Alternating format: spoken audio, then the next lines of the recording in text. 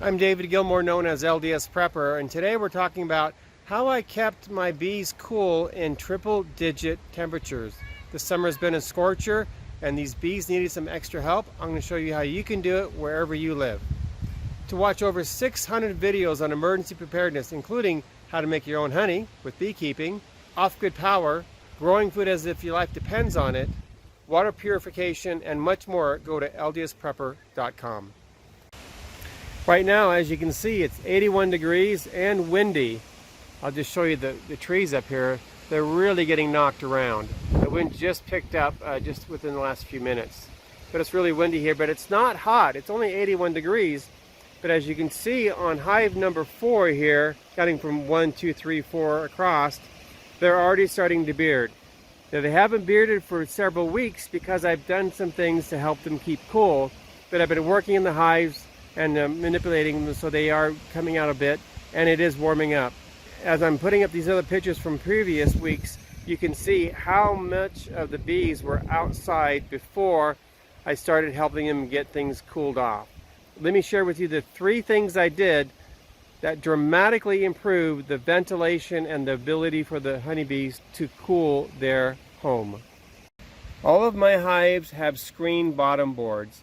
And underneath those screen bottom boards, I have a plastic sheet that goes under there to catch varroa mite, and really I just primarily use it in winter to kind of minimize the cold air getting into the hive. So the first thing I did is I removed that plastic sheet so the cool air from the ground can go up through the hive and help create that circulation. I guess there were 4 things I did because I forget about this. The next thing I did is, as I was working with the hive trying to figure out how to get them cool, I touched this brick here and it's not warm, it's hot, and it's sitting on metal, and this is hot.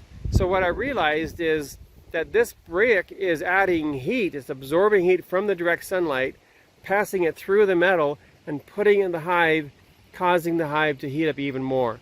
So the next thing I did is I removed the brick from all of my hives. The bricks are up here to keep the lids from blowing off because we do have a lot of wind, but I'll show you how I dealt with the wind problem here in a second. I always have inner covers on my hives. I know it's an additional expense, but I think it's really important for them to have that so they have ventilation to come up for the air to circulate through the hive, even in winter. You don't want condensation dripping on the honeybees. And then I also make sure that in summer, when I want the hot air to come out, I have this opening here on the top, and in winter I turn it over so they can go out and do cleansing flights. But right now it's on the top side, and I have inner covers. What I did here is I just took some scrap wood that I found that my wife was using from some projects, cut them in pieces, and put them underneath the top cover and on top of the inner cover, which creates this much more airspace. So there's even more air coming through. I didn't feel as it got hotter and as the bees started collecting nectar and making honey that there was enough air circulation for the bees to be able to keep the hive cool and also to dry out the honey. I just tested the honey in an open cell and it's 18%. So we know that, oh, that's the first hive beetle I have ever seen, if that's actually a hive beetle. But at any rate, I felt that they needed some more circulation to help dry that honey out. So actually in all of these hives here, they're all ready to harvest. But we still have a strong flow on. I can tell there's a strong flow on because of the activity from the front of the hives here. Bees are coming in loaded, and there's no aggressive or frantic movements here, no robbing going on, so everybody's happy. With my work out here today, there's a bunch of honey here on top, and no one's all over that, so they're getting plenty of food. So the honey flow is still on, so instead of harvesting these boxes, I'm letting them completely fill them all up, even though the honey is down to 18% humidity. So the third thing I did was to add some spacers to let some more air through, so when I put the top cover on, the air can flow out through this notch in the front. One of, I think, the most significant things I did is I added shade cloth. This made a huge difference.